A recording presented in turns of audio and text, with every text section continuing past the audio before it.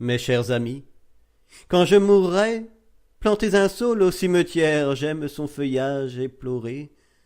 La pâleur m'en est douce et chère, et son ombre sera légère à la terre où je dormirai. Un soir, nous étions seuls. J'étais assis près d'elle, elle penchait la tête, et sur son clavecin laissait, tout en rêvant, flotter sa blanche main. Ce n'était qu'un murmure. On eût dit les coups d'ailes d'un zéphyr éloigné glissant sur des roseaux, et craignant en passant d'éveiller les oiseaux. Les tièdes voluptés des nuits mélancoliques sortaient autour de nous du calice des fleurs, les marronniers du parc et les chênes antiques se berçaient doucement sous leurs rameaux en pleurs. Nous écoutions la nuit. La croisée entr'ouverte laissait venir à nous les parfums du printemps. Les vents étaient muets, la plaine était déserte, nous étions seuls, pensifs, et nous avions 15 ans. Je regardais Lucie. Elle était pâle et blonde, jamais deux yeux plus doux, n'ont du ciel le plus pur, sondé la profondeur et réfléchi l'azur, sa beauté m'enivrait. Je n'aimais qu'elle au monde.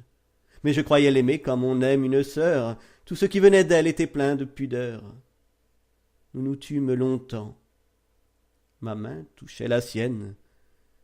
Je regardais rêver son front triste et charmant, et je sentais dans l'âme à chaque mouvement combien peuvent sur nous, pour guérir toute peine, ces deux signes jumeaux de paix et de bonheur, jeunesse de visage et jeunesse de cœur.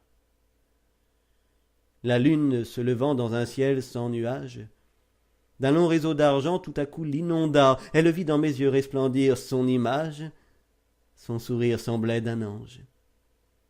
Elle chanta.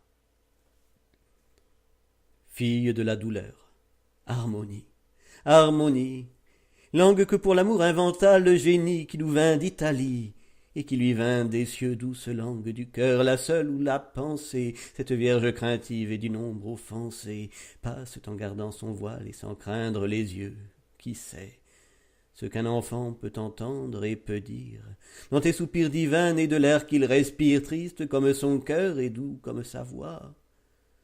On surprend un regard, une larme qui coule, le reste est un mystère ignoré de la foule, comme celui des flots, de la nuit et des bois. Nous étions seuls, pensifs. Je regardais Lucie. L'écho de sa romance en nous semblait frémir. Elle appuya sur moi sa tête appesantie. Sentais-tu dans ton cœur Desdémona gémir, pauvre enfant? Tu pleurais. Sur ta bouche adorée, tu laissas tristement mes lèvres se poser, et ce fut ta douleur qui reçut mon baiser. Telle je t'embrassais froide et décolorée, telle, 2 mois après, tu fus mise au tombeau, telle, ô ma chaste fleur, tu t'es évanouie. Ta mort fut un sourire aussi doux que ta vie, et tu fus rapportée à Dieu dans ton berceau.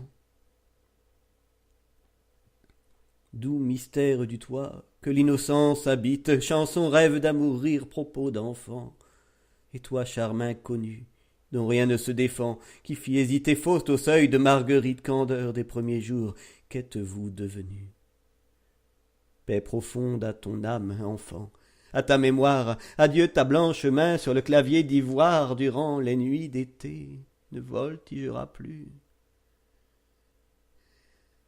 Mes chers amis, quand je mourrai, plantez un saule au cimetière, j'aime son feuillage éploré.